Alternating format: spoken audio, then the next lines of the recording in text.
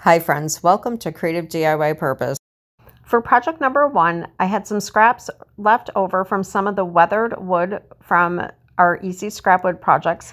I cut a few of them into wooden tags and we made the one with the greenery and the faux rusted washer. Today we're going to take the smaller one and some of the white acrylic all-purpose paint from Folk Art. I picked a leaf up from outside, washed it off, and I'm just pressing it firmly onto the wood and using a really light brush stroke, moving the brush from the inside of the leaf and pushing outward.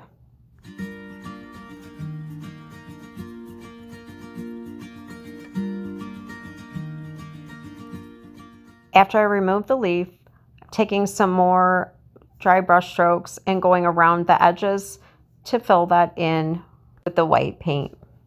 Next, I take some jute twine, wrap it around a few times, and tie it in the front.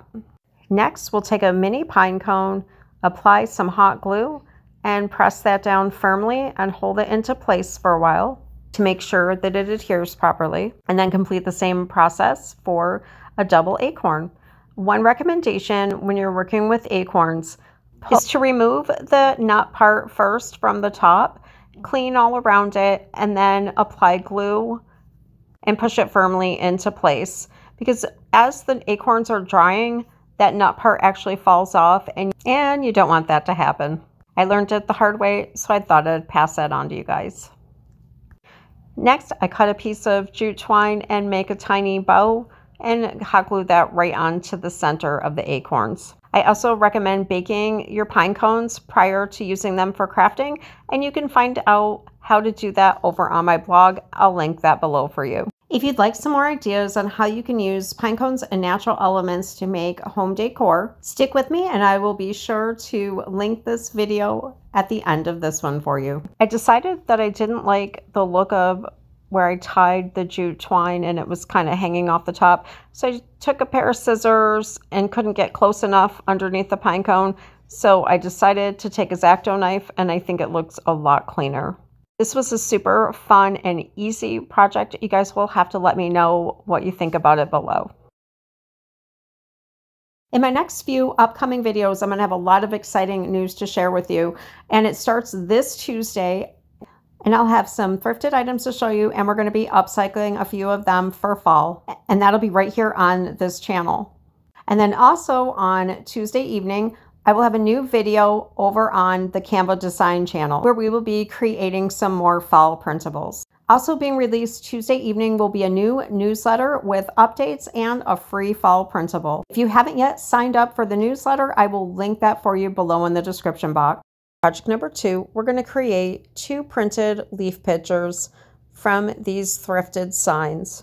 I removed the cardboard backing off of the wooden frames. They were in very poor condition and torn up on the back, so I did discard them. I did end up taking some of that white acrylic paint and dry brushing lightly around the edges of the wooden frames. While that was drying, I took a piece of cardstock, took out 4 pages out of a little mini magazine that I had, and taped around the edges to adhere the pages onto the cardstock. Then over on canva.com, I found some leaf images that I want to print out on the pages. Now, if you don't have a little magazine or book pages, you can find images online, upload them, print them out, and do the same process. Another idea for your images, if you don't want to run them through the printer, you can always cut images out of the magazine and glue them on. You could apply images using a stencil or even an ink stamp. For this next step, I have to make backings for my photo frames because I had to throw the first ones out. On a thick piece of cardboard, I'm going to use some of that Elmer's glue all and a paintbrush. I inserted the cardboard into the part of the frame where I'll be gluing it on, just using my finger to go around the edges to make a line for me to cut out. So I create 2 of those, one for each of my frame, and now it's time to cut out the images. I found the easiest way was to go along the outside of the frame to give me a starting point, and then cut around that line. I want to make sure that I don't apply too much glue because I don't want any of the pieces to buckle or wrinkle. I'm applying it right around the outside area and I'm using a paintbrush to get it nice and flat and smooth. Next, I take a regular piece of cardstock that I used when I printed out the images and apply that on to the cardboard. Then going around and applying a thin layer of glue around the outside again, and then we'll apply the newspaper print. And then after I make sure that the print is nice and smooth on top of the cardstock, then it's time to move on to the other print while this one dries. I placed it in the frame to make sure that it was going to fit, and then I used my glue gun to glue the picture onto the frame. I really like how these turned out, but I thought that they needed an extra touch. So I wrapped jute twine around the bottom 3 times, and then I tied it in the back and used a hot glue gun to just put a dab of glue right down the center to hold them in place. And then I got out one of the boxes of vintage buttons from my childhood, and I found 2 for the bottom of each of the frames. I'm going to use my hot glue gun and apply some glue on there, and then this project is a wrap.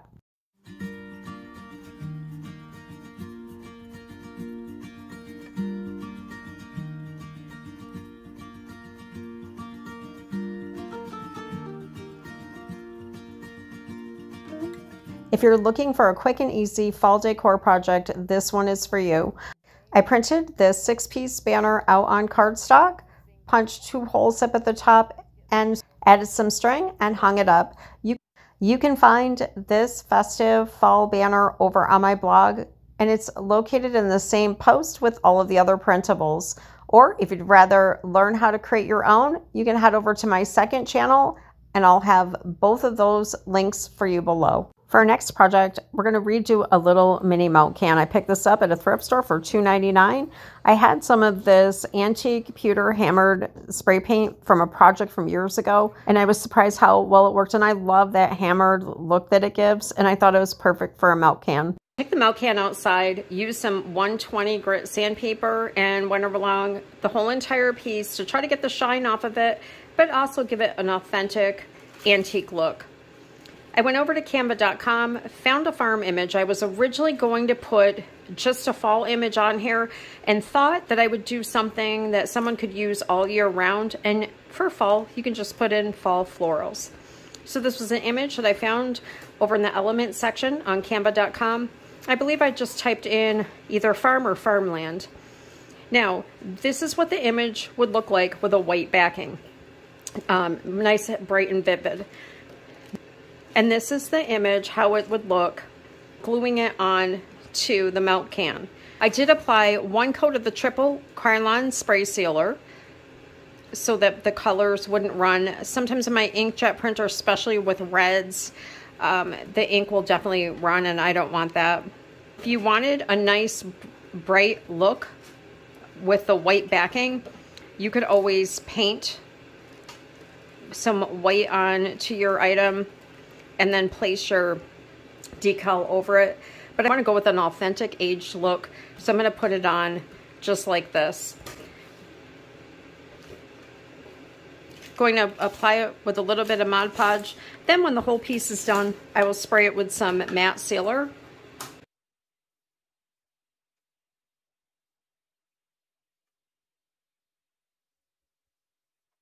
This piece I don't mind if it has wrinkles, because all the melt cans that I've seen usually have some old lumps and bumps from being painted several times. I'm going to give that a chance to dry and wrap some jute twine around and spray it with some matte spray sealer. Super easy project.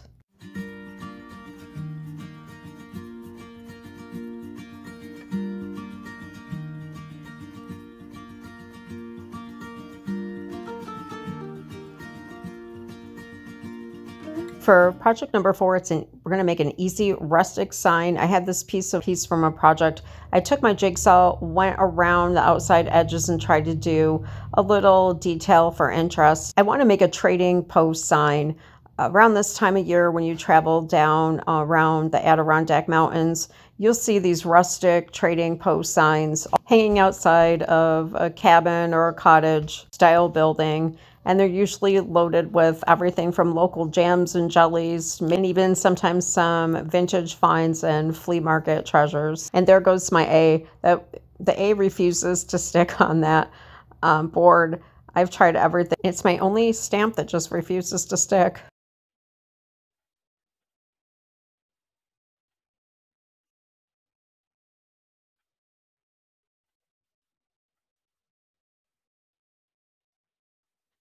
To add some age to it, I took the ink pad and went around the edges.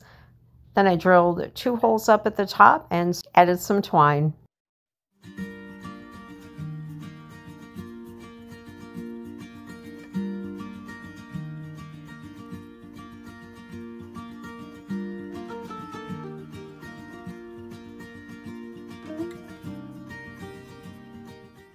Friends, I want to thank you so much for joining me today. I will link the fall playlist at the end of this one in case you've missed any of them. Have a super blessed week. And remember, I will see you this Tuesday on both channels. Also, if you are signed up to receive the newsletter, it does come in the promotions folder usually, so check there. And it'll come from Kim from Creative DIY Purpose. Have a super blessed week.